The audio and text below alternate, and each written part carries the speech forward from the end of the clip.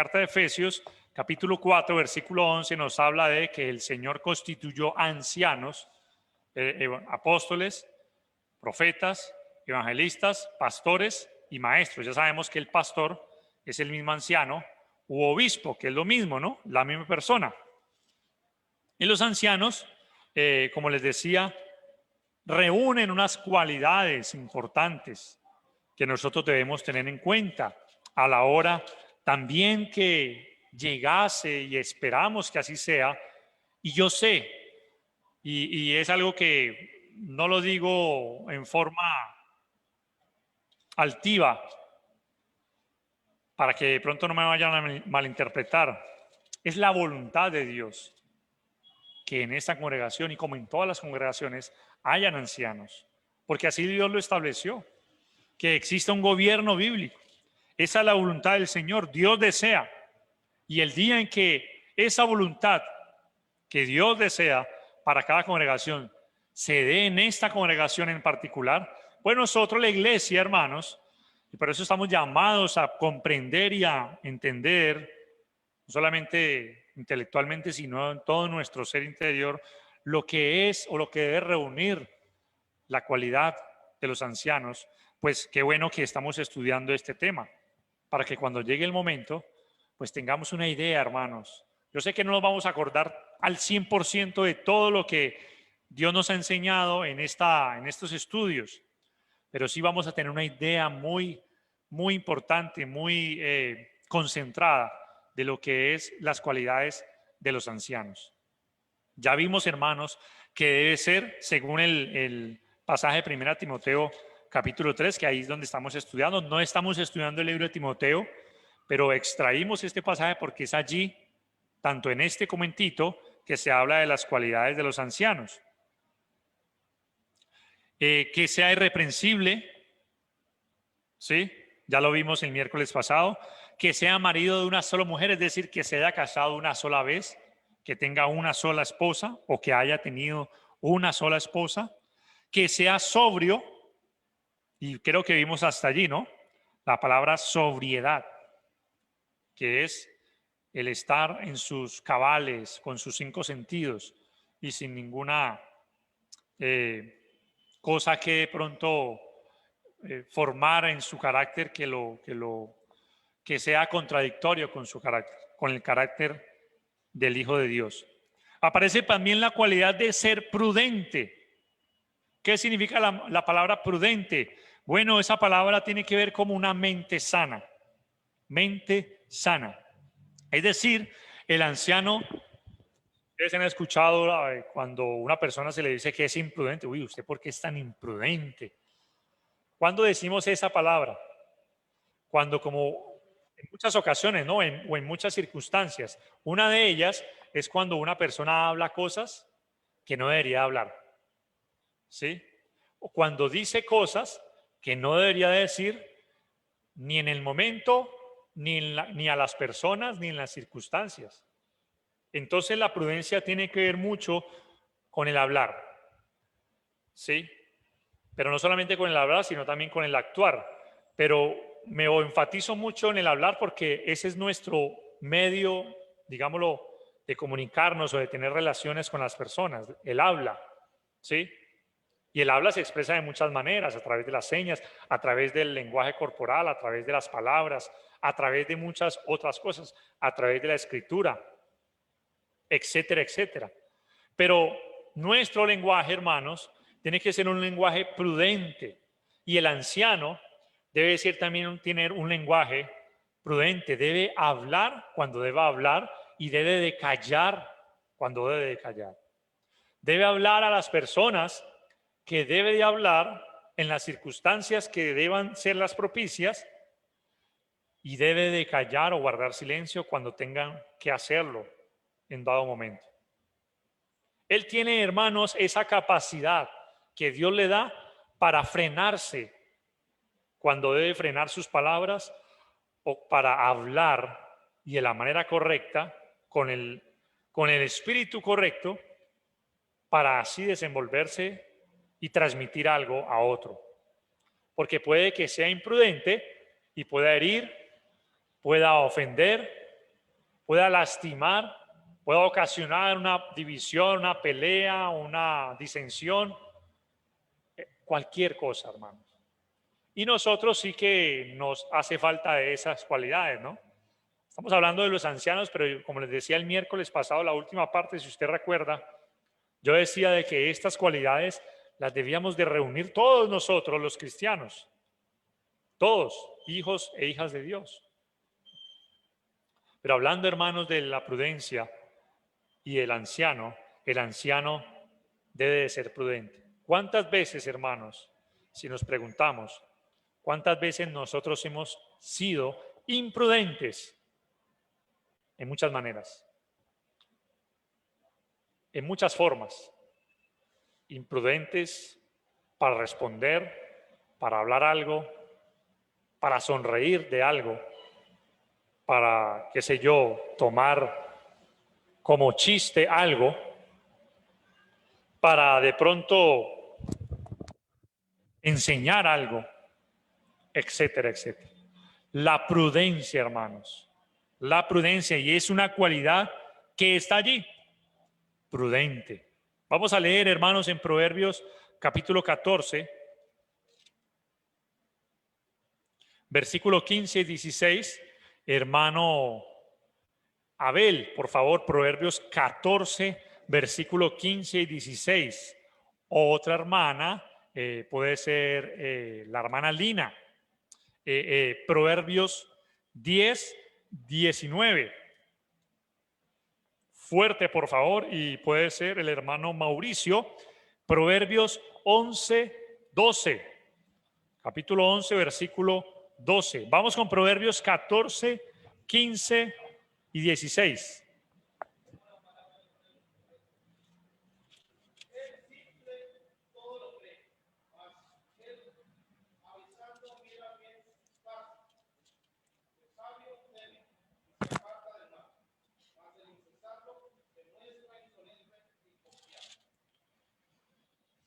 El simple todo lo cree, mas el avisado mira bien sus pasos. La persona prudente es esa persona que mira bien por dónde va, mira bien sus pasos, mira bien cómo va a caminar, no físicamente, sino a hacer algo. ¿Sí? El avisado. El sabio teme y se aparta del mal, mas el insensato se muestra insolente y confiado. En Proverbios 10, 19, Manalina.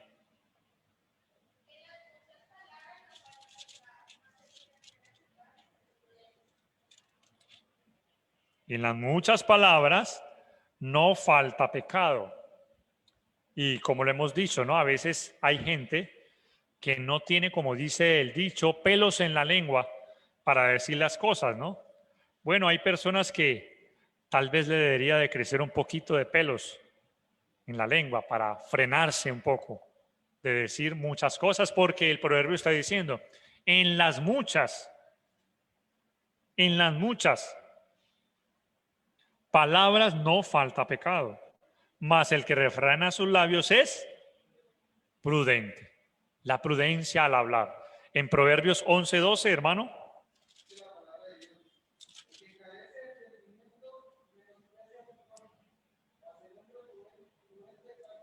Mas el hombre prudente calla. Calla. Entonces, como lo decíamos, hermanos, la prudencia tiene que ver con el hecho de saber hablar en el momento justo, a las personas indicadas, las palabras indicadas, en el tiempo indicado. Y callar en el momento en que haya que callar con las personas. No todas las personas, hermanos, entendamos esto, no todas las personas nosotros tendremos que hablar de la misma manera. A unos tendremos que hablar de una forma y a otros de otra. No a todos tendremos que hablar igualitos, bajo el mismo rasero. Tendremos, hermanos, que adquirir esto que nos enseña la palabra de Dios. Y si usted o yo, hermano, familia, anhela ser anciano, anhela ser obispo, pues debemos, hermanos, aprender a ser prudentes. Y este libro de Proverbios sí que nos enseña mucho acerca de la prudencia. De hecho, el capítulo 1 habla de para aprender prudencia, sabiduría, inteligencia, entendimiento, para saber de lo que es ser prudente en nuestras vidas. Pero también aparece la palabra, siguiendo con el de 1 Timoteo 3, decoroso. ¿Sí? Decoroso.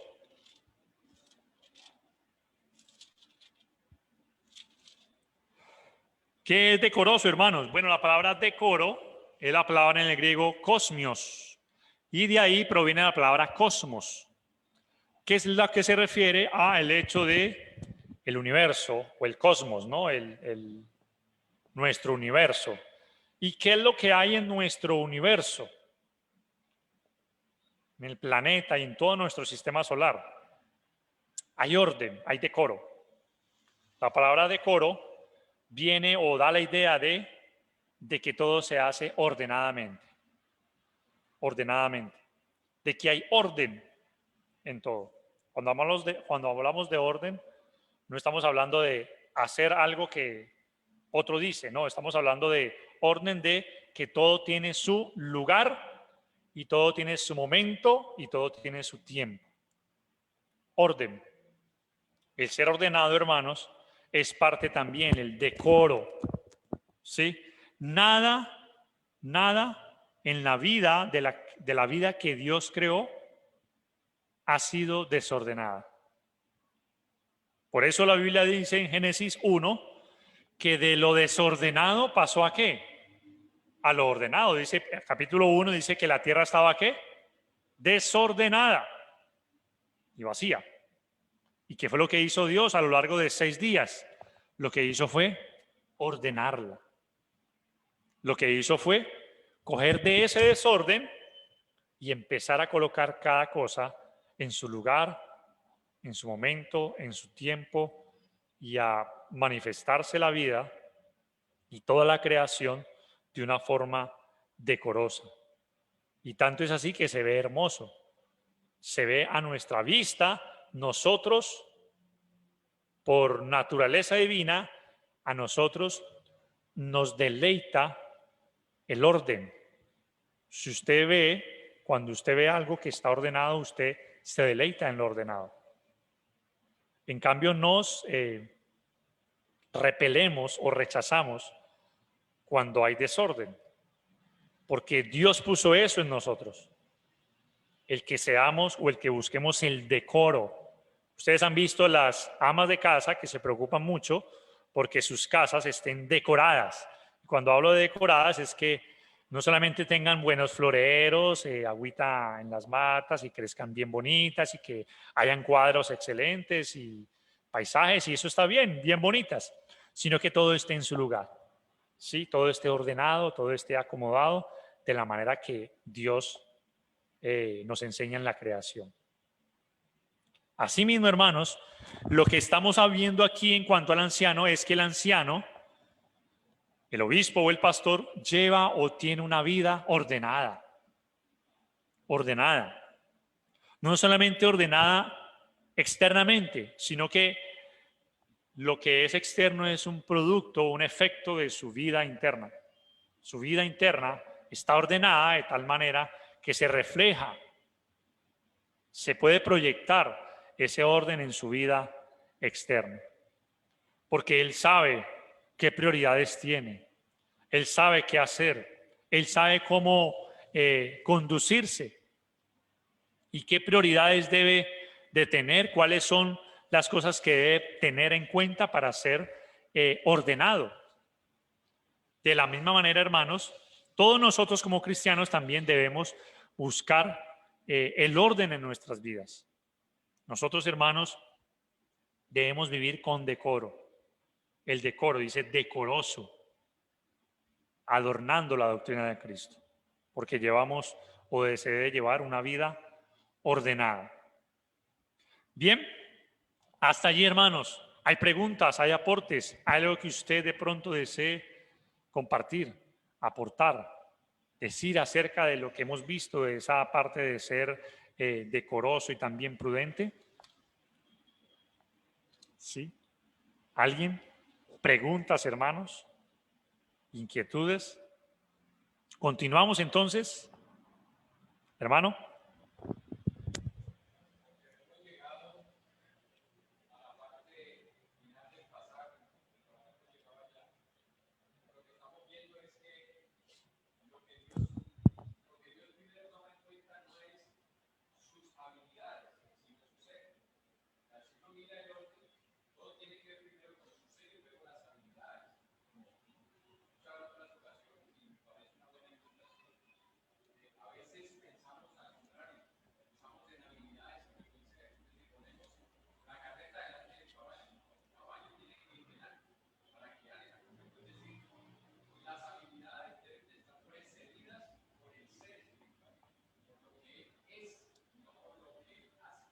Así es.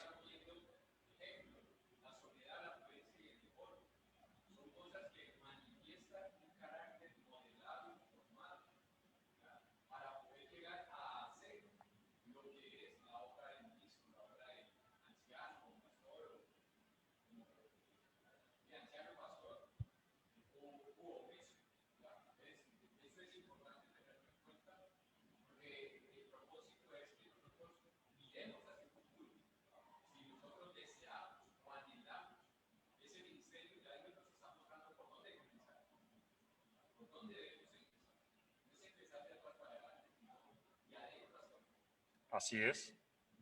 De adentro hacia afuera, siempre mirando el ser antes que el hacer. Sí, que ese es el orden. El ser primero, el carácter, la formación espiritual, lo que Dios forma en la persona, su vida, su carácter, para luego manifestar esas buenas obras. Miren, también ahí aparece la palabra hospedador, ¿sí? Es decir, que no es solamente una persona que es prudente, decorosa, ordenada en su vida, sino que es hospedadora. La palabra hospedadora es la palabra filóxenos en el griego. Y esta palabra está indicándonos la idea de alguien que muestra amor por los desconocidos, extranjeros o visitantes. Hay varios pasajes, quiero que los leamos, hermanos, para que nos demos también a la tarea de reunir estos pasajes que conectan con esta idea. Vamos a leerlo entonces, hermano Oscar, tercera de Juan, versículos 5 al 8, porque esa nomás tiene un capítulo, ¿no? Tercera de Juan 5 al 8.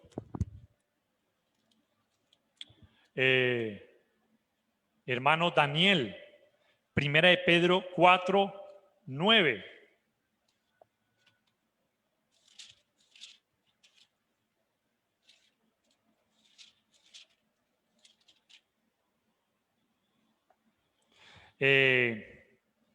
Hermano Germán, Romanos 12, 13. 12, versículo 13. Hermano Cristian, Hebreos 13, versículo 2. Bien. Tercera de Juan 5 al 8.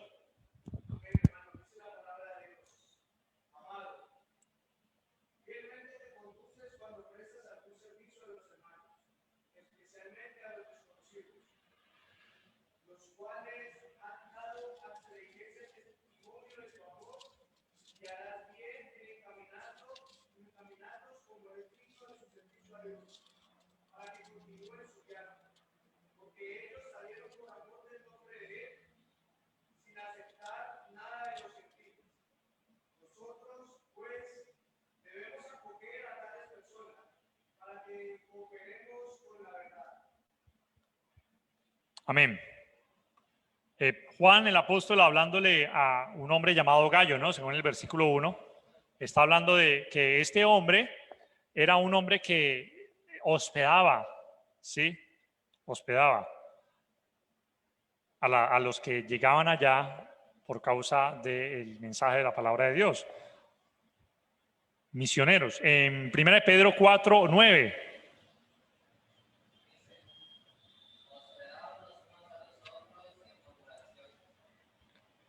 sin murmuraciones. Muy bien. Romanos 12, 13, hermano Germán.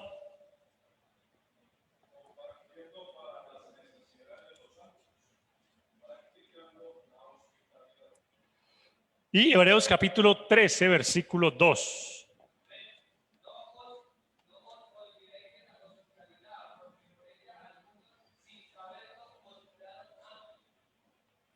Bueno, en este último pasaje tal parece que el autor de Hebreos está recordando eso que en su tiempo en el Antiguo Testamento hizo Lot. ¿Usted recuerda la historia de Lot?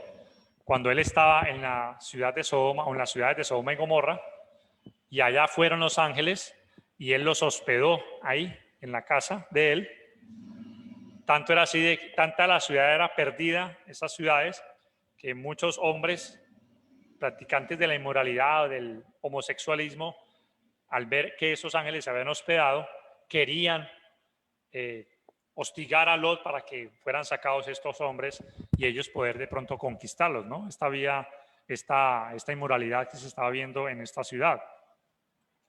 Pero el autor de Hebreos está diciendo, no olvidéis de la hospitalidad. Pero, ¿qué es lo que vemos, digámoslo, en coincidencia en estos pasajes, hermanos? Que los que practican la hospitalidad, que son exhortaciones a la hospitalidad, deben buscar la manera siempre de conducirse o de ayudar a aquellos que están hospedando. La hospitalidad no se trata simplemente de que alguien se quede en otra casa y ya. La hospitalidad se trata, hermanos, es de que la persona que se hospeda allí se sienta como si estuviera en casa. Yo no sé, hermanos, si usted se ha quedado en lugares, yo lo he sentido así, en varios lugares donde me he quedado de hermanos en otras ciudades, y yo me he sentido como si estuviera en mi casa. Tanto es así que las personas que viven en esas casas me dicen, aquí haga esto, usted puede hacer esto, si necesita esto, haga esto. Bueno, se siente uno como estando en casa. Otra idea, hermanos, fundamental en cuanto a la hospitalidad es el compartir. La hospitalidad no se trata simplemente de que yo voy a dar lo mejor que tengo en mi casa, así no lo tenga, voy a conseguirlo, sino de compartir lo que tengo. No sé si existe la diferencia en esos conceptos. Una cosa es yo decir simplemente voy a dar, otra cosa diferente a lo que yo tengo, o a compartir lo que yo tengo. Y compartir lo que yo tengo es lo que yo tengo en mi vida y en mi casa, eso voy a compartir. No quitando la idea, hermanos, no me vayan a malinterpretar, de querer atender bien a la persona que se está hospedando, ¿no? Porque siempre el que tiene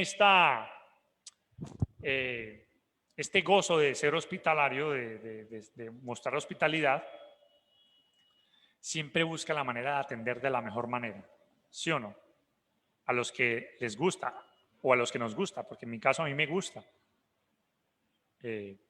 ser hospitalario, hospedar, que de pronto a veces como que no tengo la facilidad para hacerlo, pero me gusta.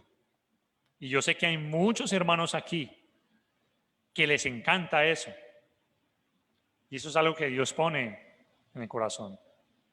Como hay otros hermanos que no, uno como que nota como que ya viene fulano, como que no quiero, no.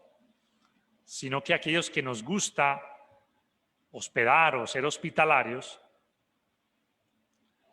nos gusta, hermanos, atender bien a las personas. Esto, hermanos, era una práctica dentro del contexto que uno necesita también ver, y es que la práctica de la hospitalidad en aquella época era muy conocida y también era muy ordenada en el sentido que las ciudades eran muy pequeñas, las aldeas, muchas de las personas también eran muy conocidas, se conocían entre ellos, aparte de que las personas, los cristianos o los misioneros o aquellos que iban de paso en cuanto a la labor de la obra del Señor, también tenían cartas de recomendación también, presentaban cartas, como lo dice el libro de Segunda de Corintios, que habla acerca de las cartas de recomendación, ¿sí? Y que uno debe también ser prudente a la hora de hospedar, ¿no? Obviamente uno no va a hospedar a cualquiera, porque debemos medir entonces qué nos pudiera de pronto hacer daño, tanto física como espiritualmente. Pero sí, hermanos, ejemplo de esto lo vemos en la enseñanza de Jesús acerca del buen samaritano, ¿no? ¿Recuerdan esa historia? Cómo el buen samaritano practicó la hospitalidad y lo llevó ante personal que lo cuidara a él, al hombre que había sido robado. El mismo Jesús, hermanos, el mismo Señor nos muestra a manera de figurada de que Él ha practicado la hospitalidad con nosotros, porque nosotros, hermanos, estábamos extraviados y éramos extraños, desconocidos, y Dios nos recibió en su casa. ¿Cuál es la casa de Dios? En su iglesia. Entonces, la práctica de la hospitalidad era una práctica para transmitir esa capacidad de ser amoroso y hospedar en los hogares a las personas desconocidas, extranjeras y de pronto visitantes. Que obviamente, vuelvo y reitero, se ve dentro de una práctica también de hospitalidad. En el libro de los Hechos vemos varios ejemplos. Pedro, por ejemplo, se hospedaba en la casa de un hombre llamado Simón el Curtidor, ¿no? ¿Se acuerdan? Se hospedaba, él no era su casa, que estaba, Pedro como que le gustaba las casas playeras, ¿no? Porque estaba la casa junto al mar. ¿Sí? Era como un poquito exigente el hombre. Pablo y Bernabé, creo que fue Bernabé, estuvieron en casa, juntamente con Lucas, en casa de Felipe, juntamente con sus hijas doncellas, y fue Felipe un hombre hospedador de Pablo y sus acompañantes. ¿Sí? A lo largo del libro de los Hechos vemos cómo los diferentes cristianos hospedaban a otros cristianos, hermanos. Esta práctica, hermanos, no se debe olvidar hoy en día. No debemos vivir como unas personas aisladas de los demás. Debemos buscar, en la manera que podamos, obviamente, ser hospitalarios con los demás. Y si el Señor pone ese don de ser pastor o obispo, pues esa es una de las cualidades, ser hospedadores, para que estos hermanos puedan continuar con su obra, como lo describe la tercera carta de Juan. Bien, hasta allí, hermanos, ¿algún otro aporte en cuanto al ser hospedadores? La otra parte dice apto, ¿para qué? Apto para enseñar. La palabra enseñar allí es la palabra didactics.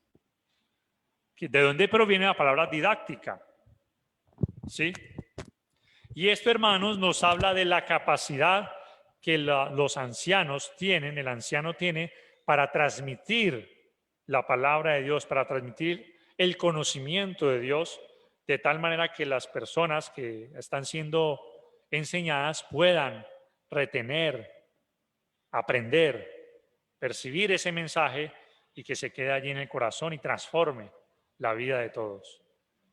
Porque el objetivo, hermanos, del que enseña no es simplemente sacar pasajes, versículos y textos bíblicos y ya, sino que existe esa capacidad para poder transmitir el conocimiento de Dios que va a ser útil para las vidas de todos los creyentes.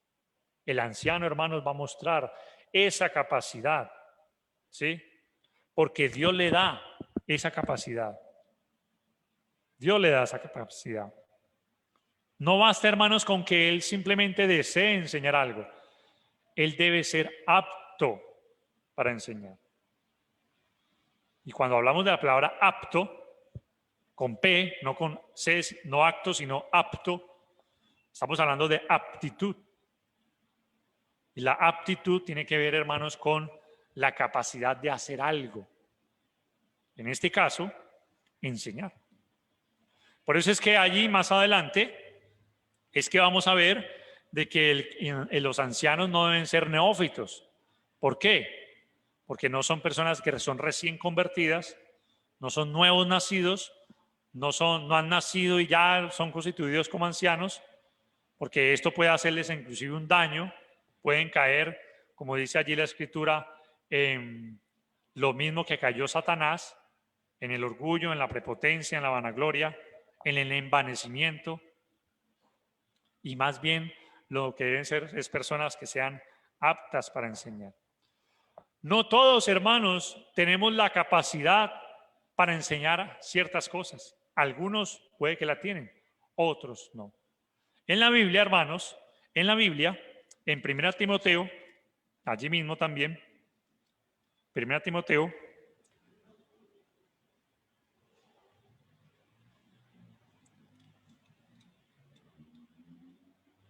capítulo 5, versículo 17, vamos a notar algo que es deducible de este versículo, ¿no? Que vamos a deducir. ¿Qué es lo que dice? Los ancianos que gobiernan bien sean tenidos por dignos de doble honor, mayormente los que trabajan en predicar y enseñar.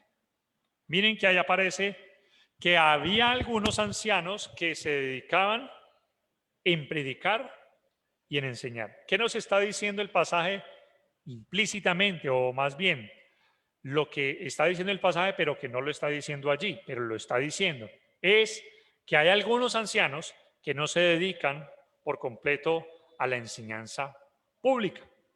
Ahora, no quiere decir de que no sean aptos para enseñar privadamente, deben ser aptos, pero no se dedican tal vez a la enseñanza pública o en la predicación. Siguen debiendo o deben tener o reunir esta cualidad de ser aptos para enseñar, pero es posible que no lo hagan públicamente. Entonces, el aptos para enseñar, debemos tener en cuenta esas varias anotaciones que hacemos ahorita, y es que no debe ser una persona neófita, que debe ser una persona que Dios prepara y que Dios utiliza como un instrumento para enseñar también a otros, porque eso va a tratar la labor también de ancianos, de predicar y de enseñar, de pastorear, de supervisar, de vigilar, y toda una de las cosas que se hacen de las funciones del anciano es hacer todo esto a través también de la enseñanza pública o posiblemente también de la enseñanza privada. Es necesario, hermanos, que tenga en cuenta de que Dios lo va a poner a enseñar para edificar la iglesia. No es simplemente para que Él esté lleno de conocimiento, esté lleno de un intelecto, no, es porque Dios quiere transmitirle a la iglesia una edificación, ¿sí? Y esto exige, hermanos, que el anciano que desarrolla esta labor esté seguro de lo que dice y tenga la capacidad dada por Dios de llegar a la mente y al corazón de los oyentes, en este caso también de los creyentes. Llega al corazón de todos nosotros. En Efesios capítulo 4, vamos a Efesios capítulo 4. Es uno de los pasajes que vamos a tocar cuando lleguemos allá, pero aplicando a la parte de los ancianos. Miren lo que dice: ninguna palabra que corrompida salga de vuestra boca, sino la que sea buena para la necesaria edificación, a fin de dar gracia a los oyentes. Entonces el anciano o los ancianos van a tener ese poder de Dios para ayudar a edificar la iglesia, para que esas palabras que ellos hablan sean sazonadas y sean de edificación. Vuelvo y reitero, el pasaje de Efesios 4 no se está refiriendo a los ancianos exclusivamente, lo estamos utilizando y aplicando a los ancianos, pero eso es un pasaje para todos nosotros. Nosotros debemos aprender a que lo que hablamos, debemos buscar que lo que hablamos sea de edificación, ¿sí? Y de que el anciano está convencido que lo que va a enseñar proviene de Dios, que él no está revelando o hablando su propia voluntad, sus propios mandamientos u opiniones, sino que él utiliza una de las frases que utilizaban muchos los profetas del Antiguo Testamento. ¿Recuerdan cuál era esa frase que decían los profetas cada vez que iban a decir, a llamar al pueblo o a hablarle al pueblo? Ellos siempre decían, así dice el Señor. Así dice el Señor. Y ese así dice el Señor está, hermanos, encerrado al hecho de que los ancianos hablan lo que es para edificación de la iglesia. ¿Sí? Ellos están disponibles y preparados para ayudar a entender en algún tema o en algo que sirva de guía espiritual para aquellas personas, familias, jóvenes, hermanos, hermanas, parejas, etcétera, y que va a ser de gran bendición para sus vidas. El anciano va a ser apto para poder brindar un consejo, guiar, porque de eso se trata el pastor, ¿no? Pastor guía, dar un consejo, brindar una palabra que sirva como aliento, como edificación, como fortalecimiento, como sanidad para la persona a la cual está hablando o para las personas a las cuales él está hablando. Miren todo, hermano, lo que reúne el ser apto para enseñar. Por eso estamos aquí, hermanos, preparándonos, estudiando cada día para que el Señor vaya puliendo, como lo aportaba ahora nuestro hermano, nuestro ser, para que cuando hablemos y enseñemos, lo hagamos de la mejor forma, como desea el Señor. Ese es uno de los dones y debe ser importante para la obra en el ministerio de los ancianos. Debe ser entonces dirigida a todos los discípulos. El otro punto, hermanos, para ir terminando, es el de no ser dado al vino, dice, apto para enseñar. Y dice, no dado al vino. Ese no dado al vino, pues nos está transmitiendo, hermanos, lo mismo que vimos ahorita o el miércoles pasado en cuanto a la sobriedad. Este anciano o estos ancianos no están predispuestos, no consumen ningún tipo de bebida embriagante o licor, ¿sí? No experimentan los efectos del alcohol en sus vidas. Nosotros debemos ver, hermanos, el contexto inicial de lo que nos muestra la carta, o más bien la ciudad de Éfeso, que casualmente 1 Timoteo fue escrita para Timoteo, que está en la ciudad de Éfeso, y estamos viendo la carta de Efesios, en donde esa ciudad se practicaba mucho lo que era las borracheras, el licor, las bebidas embriagantes. Y esto, hermanos, estas prácticas paganas no deben de estar en la vida de los ancianos, ni en la vida de ninguno, por supuesto. No por decir, yo no voy al anciano, entonces me puedo tomar mis tragos. No.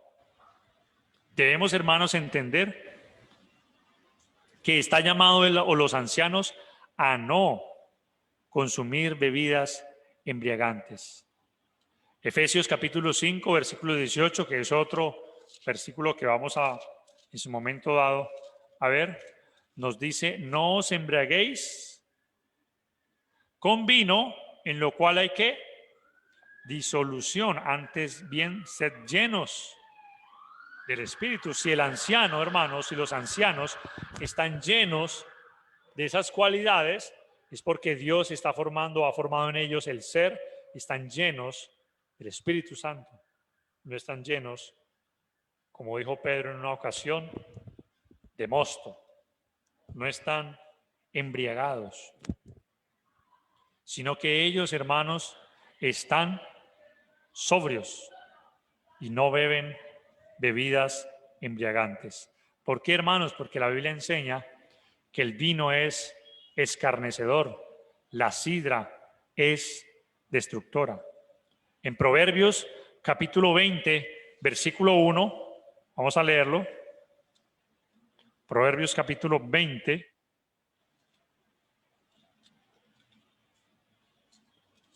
Hermana Edith, por favor.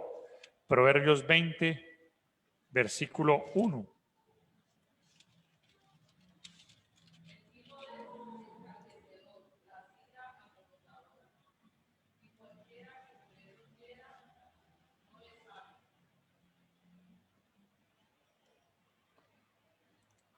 Es escarnecedor, es decir, se burla, hace quedar en vergüenza a quien lo consume. ¿Por qué? Porque los sentidos de la persona que consume el licor, el alcohol, quedan afectados, ya sea en lo físico o en lo emocional. El licor, como sabemos, hermanos, esta es una droga, porque el licor es una droga, ha afectado a muchas personas a tal punto de que crea adicciones. Y las personas, cuando se apoderan de esas bebidas embriagantes, pierden su voluntad, como todo aquel que está atado a un vicio. Que está atado a un vicio, a cualquier tipo de vicio, pierde su voluntad. Es decir, ya no puede decidir. Eso que dicen algunos, no, yo lo controlo, no, yo sé hasta dónde llegar. Eso dice el que no quiere aceptar que es alcohólico, que es drogadicto, que tiene algún vicio. Pero hermanos, la dice allí el proverbio, el vino es escarnecedor, la sidra alborotadora. Sidra, que era una bebida también embriagante. Solamente, hermanos, el hombre necio, que no es dueño de su propia voluntad, se acerca al vino sabiendo que le hará cometer muchos pecados, que de ahí se derivan muchos otros, el estar bajo los afectos del alcohol. Así sea en pequeñas cantidades. Nosotros sabemos que en el Nuevo Testamento había una clase de vinos que eran medicinales. Pablo, por ejemplo, le dice a Timoteo, ya no bebas agua o usa un poco de vino por causa de tus frecuentes enfermedades estomacales. Y cuando el samaritano se habla de que él ungió sus heridas con aceite y vino, ¿no? Era algo medicinal.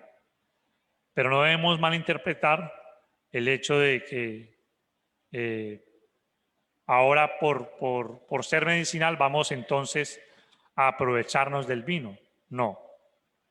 Ahí está diciendo el pasaje, no dado al vino. Al vino. La palabra vino es posible que no se refiera solamente al vino fermentado. Es posible. Sino que se refiera también al jugo de uvas. Cuando nosotros tal vez tomamos la cena, tomamos el extracto de uva, ¿sí?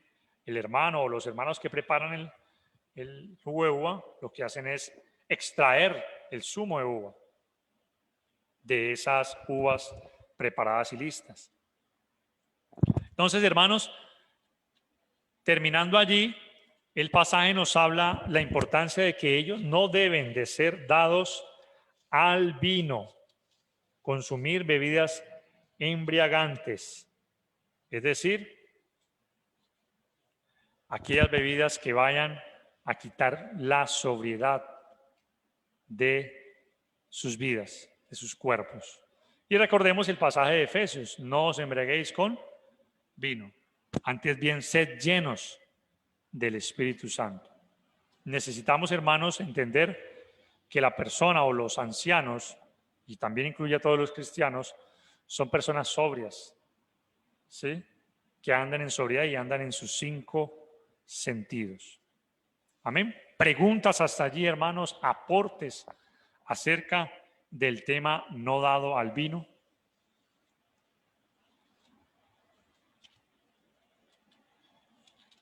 Si no hay pregunta o si no hay aportes, hermanos, terminamos con la última que dice no pendenciero. No pendenciero. ¿Qué significa la palabra pendenciero? Bueno, la palabra pendenciero es la misma palabra pelionero. La palabra pelionero es aquella persona que le gusta pelear por todo y que, como dicen algunos, compra una pelea. Él podría comprar una pelea, pagar por una pelea, se deleita en armar peleas, ¿sí? Y el anciano no es así, o los ancianos no son así, obviamente ni mucho menos los cristianos, peleoneros, es decir, personas violentas, personas que crean discordias y peleas entre los mismos hermanos. El anciano o los ancianos no se conducen de esa manera, no son personas que compran o que estimulan a las peleas, ni las hacen, ni las estimulan, ni ninguna otra cosa. No olvidemos, hermanos, que nosotros los seres humanos, por naturaleza adámica, si se puede decir, por la naturaleza caída nuestra, nosotros somos seres violentos. Tendemos a la violencia. Bien, por eso, después del pecado de Adán y Eva, el segundo pecado fue el asesinato, la violencia entre 2 hermanos, ¿sí? Caín y Abel, por la envidia. Por la envidia. Nosotros, hermanos, por esa naturaleza caída, tendemos a ser personas que tenemos ese instinto animal, por decirlo así, si me perdonan la expresión, de violencia. Y cuando hablo de violencia no quiere decir de que seamos personas que nos agredamos físicamente y que yo llegué aquí con moretones y por acá, y ¿usted qué le pasó, hermano? No, pues tuve una pelea. No necesariamente. Tienen que ser peleas físicas. Hay peleas que son solamente verbales. En el libro de Proverbios habla de que hay palabras, capítulo 12, versículo 18, hay palabras cuyos golpes, hay hombres cuyas palabras son como ¿qué? Como golpes de espada. ¿Sí? Más la lengua de los sabios es medicina. La violencia o el ser pendenciero no necesariamente se tienen que ver a los golpes. No, las peleas pueden ser verbales. Las peleas pueden ser por palabras, por las ofensas, por las indirectas, por las ironías, por los sarcasmos, por todas esas cosas que muchas veces decimos y que hacen nacer una pelea. ¿Sí? Una pelea, una discordia. El anciano, los ancianos no son de esta manera, no se comportan de esta manera, no son peleoneros, ellos buscan antes la paz, ellos buscan el ser pacíficos, la paz, la reconciliación. Miremos que Jesús habló acerca de las ofensas teniendo en cuenta algo más profundo que lo que decía la ley. Recordemos lo que dice Mateo capítulo 5.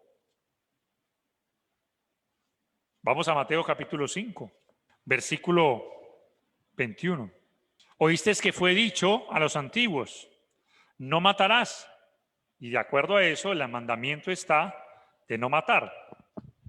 Y en aquella época los judíos, el pueblo de Israel, tenía como mandamiento de que aquella persona que le quitaba la vida a otro, pues era un asesino, sea por cualquier medio, sea por un puñal o por asfixia o por lo que sea. Pero Jesús como que aprieta el tornillo más, ¿no? Y dice, pero yo os digo que cualquiera que se enoje contra su hermano será culpable de juicio. Y cualquiera que diga necio a su hermano será culpable ante el concilio. Y cualquiera que le diga fatuo, que la palabra fatuo allí es la palabra estúpido, quedará expuesto al infierno de fuego. Miren cómo la pone Jesús. Ya no matar es simplemente quitarle la vida a una persona, sino ya enojarme. ¿Sí? ¿Y cómo existe el enojo, no? Ya hay una pelea interna. Ya hay una, como dice Santiago, una contención en el corazón. Y ya estoy matando. Primera de Juan lo dice. El que aborrece a su hermano es un ¿qué? Un homicida. Un asesino. Las peleas, hermanos, los enojos, las ofensas, las palabras. El anciano o los ancianos no se conducen de esa manera.